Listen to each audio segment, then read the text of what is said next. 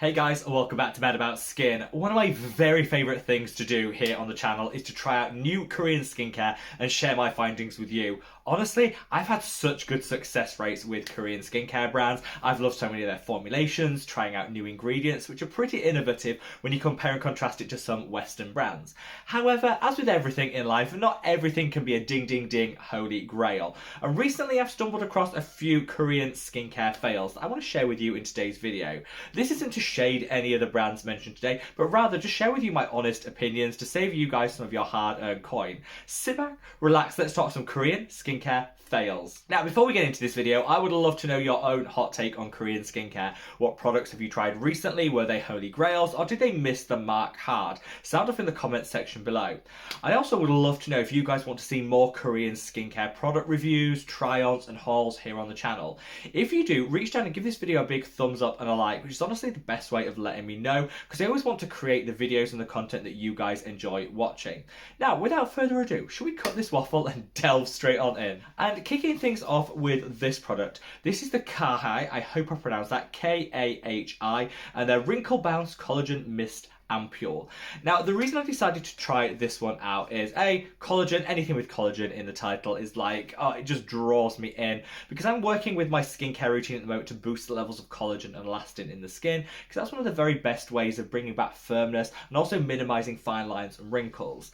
I love the packaging. I think this pink is just a really attractive color, something different to the other products in my collection. And when you look at the inner packaging, how bougie and gorgeous does that look? It's also not super expensive either, which I really like, because I think one of the great benefits of Korean skincare is there are some really great deals to be had out there. And I think for this one I paid like £14, so it didn't break the bank. Now, unfortunately, the reason this is a fail for me is actually this does nothing to boost the levels of collagen in the skin. Actually, what this is a concentration of 87% salmon collagen, which sounds great in principle, but actually if you apply collagen topically to the skin, it doesn't increase the amount of collagen in the skin. Actually, collagen applied topically is just a really great hydrator and humectant. Definitely has some benefits, but I think it's going to be very restrictive when it comes to anti-aging. This product claims to be that wrinkle bounce and repair ampule, but I got very few anti-aging benefits from it, which I think is a little bit of a shame. And I think the way they market this product is just a little bit misleading, kind of over-egging the benefits that you're going to get, leading to disappointment. Now, what I will say is if you like a really nice mist, this has a great applicator on it.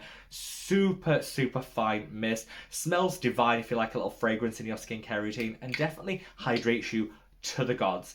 You can actually use this almost like a finishing spray. Put your makeup on, get your face ready, and then just give a little mist of this to blend everything in and add a little bounce and hydration. For that, it's amazing. And I like the fact you've got a super high concentration of the collagen in here, but to badge this as an anti-aging product, no, it's not going to give you those benefits. And if you're looking to boost collagen in the skin, things like retinoids, vitamin C's, they're going to work far better than this one. But for a mist, it definitely was nice. And if you're interested, I've linked this in the description box below, as I will all the products mentioned today. Now, another fail, unfortunately, comes from this brand. This is the Frudia. Now, I actually quite like this brand. They've got some masks. They do like an avocado mask that I personally really enjoy. And the main reason I wanted to try out this, which is their Avocado Greenery Relief Sun Cream, is I like the rest of their avocado line. So I kind of had high hopes for this.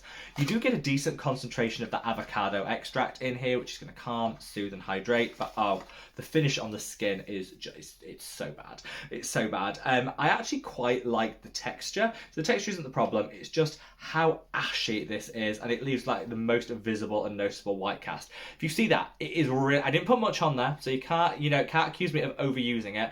I put a small amount on there, and it's like glue working it into the skin. You have to be really vigorous, and yeah, and it's still, even after all of that, leaves quite a noticeable like white cast on my what is relatively fair complexion. If you've got deeper, darker and richer skin tone, this is a firm pass.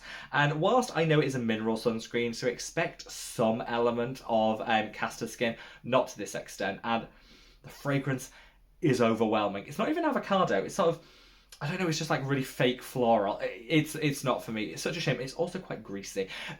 No, it takes a lot to work it in. I find that amount of fragrance lingers forever, and it kind of makes the skin look really, really greasy. There are better Korean sunscreens out there. In fact, one of my favorites is this, which is the Madagascar Centella Hyaluronic Water Fit Sun Serum from Skin 1004. I did a little bit of a shorts video showing just how amazing this is, which I'll link up there, but I'll give you a very quick swatch so you can kind of see what a good sunscreen should look like.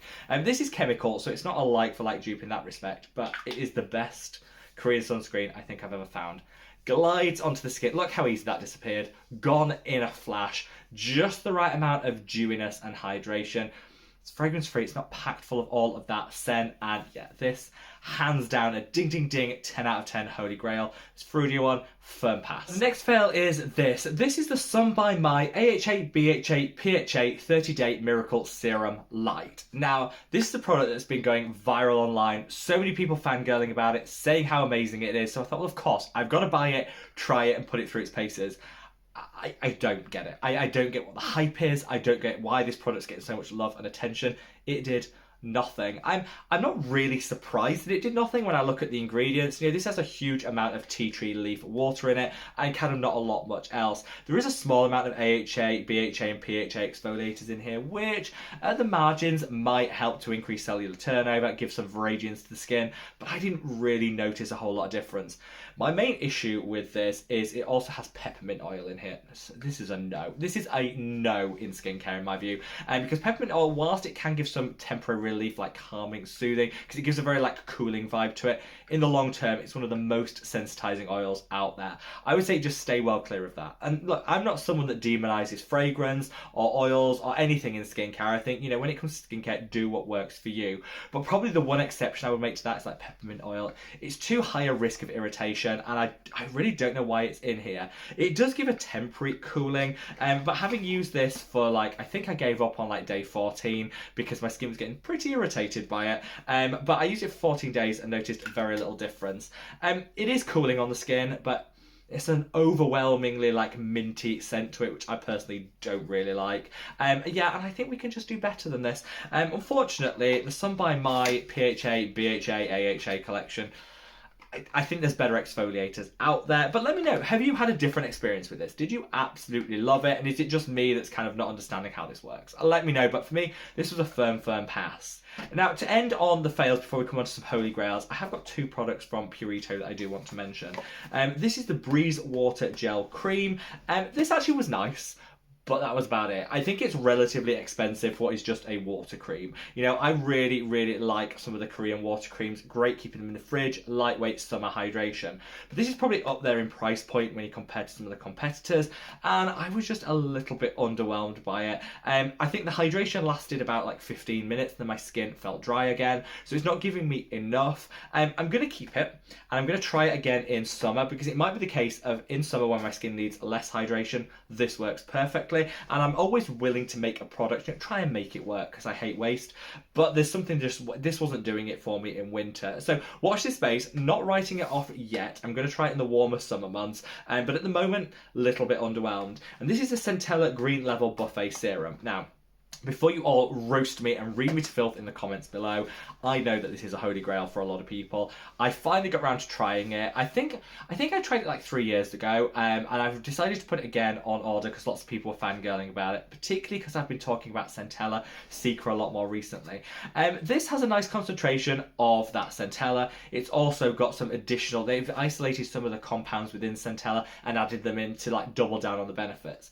However, in here, you get a smaller amount of Centella and those key components as you do to this, which is the V-Green Seeker Serum, and this is a lower price point than the Purito one. So you get more of the key ingredient, more of those additional compounds, better results, less of a price point. So whilst this isn't that bad, I think if you're reaching for the Purito Buffet Serum on a regular basis, switch to the V-Green Seeker Serum. You'll get better results and it'll cost you less in the long run. So there's fundamentally nothing wrong with this product. It's just a fail because I think they're charging more for less when you compare it to one of my favorite products. And this one's really accessible. So you can find it on Amazon, Starvana, YesStyle, all of the big online retailers. So yeah, I think Purito, it's past. This definitely hands down just a better product. Now, I never like to end on a negative note. Whilst these products didn't work for me, and hopefully I've explained the reasons why they didn't, they might absolutely work for you. So, always bear that in mind, and all our skin is unique. So what doesn't work for me doesn't necessarily have to not work for you either, which is why I want to get that conversation going in the comment section.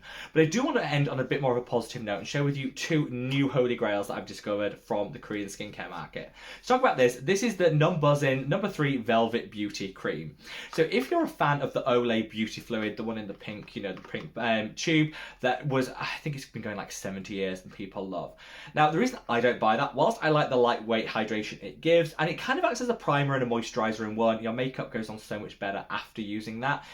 Olay aren't a cruelty-free brand, so I won't shop with them. However, non-buzzing are, and this is a like-for-like dupe.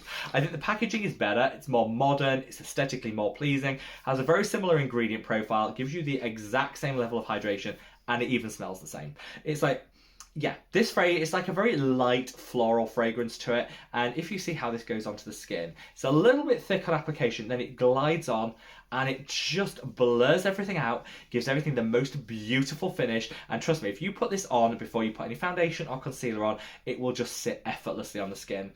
I like that fragrance, it's uplifting on a morning, so if you like really light floral, light rose scent, this is where it's at, and it's cruelty-free unlike the Olay one, and it's cheaper. So this is a win-win-win, ding, ding, ding for me for sure. And again, I've linked it in the comment section below. Definitely want to swap out with the Olay.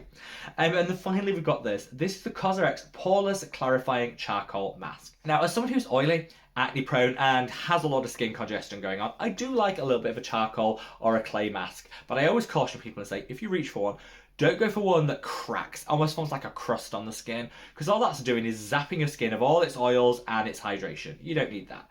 You want one that's formulated with things such as glycerin that are going to keep it actually soft and supple. The kaolin or the other clays used will still work, but it won't zap the skin. And this is what you get with this. What I love also is there's an element of charcoal in here. Now, one of my biggest criticisms with charcoal in products is it becomes a very hot mess.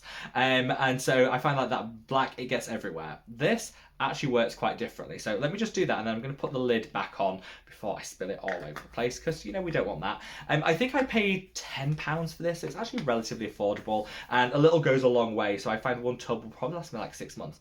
But you see, it goes on pink. Then as you work it into the skin, it changes colour, and you see that black coming, which is the charcoal. Because the charcoal's encapsulated, it's much less messy. It still gets to work and delivers some great benefits when it comes to clarifying the skin, removing congestion, mattifying, preventing breakouts.